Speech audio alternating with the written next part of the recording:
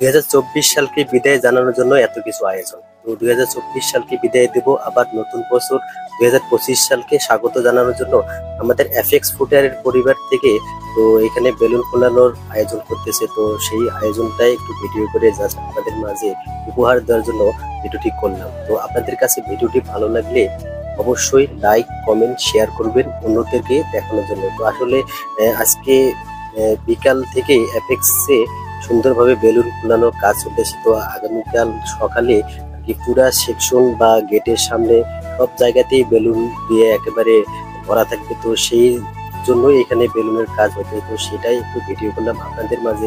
তো আপনাদের মাঝে এটাই দেখা যাচ্ছে এখানে অনেক ধরনের লাল, সাদা, হলুদ, বেগুনি অনেক ধরনের বেলুন আছে। তো বেলুন দেখে আমাকে অনেক সুন্দর লাগলো, সেই জন্য একটু ভিডিও করলাম। তো আপনাদের কি কেমন লাগলো?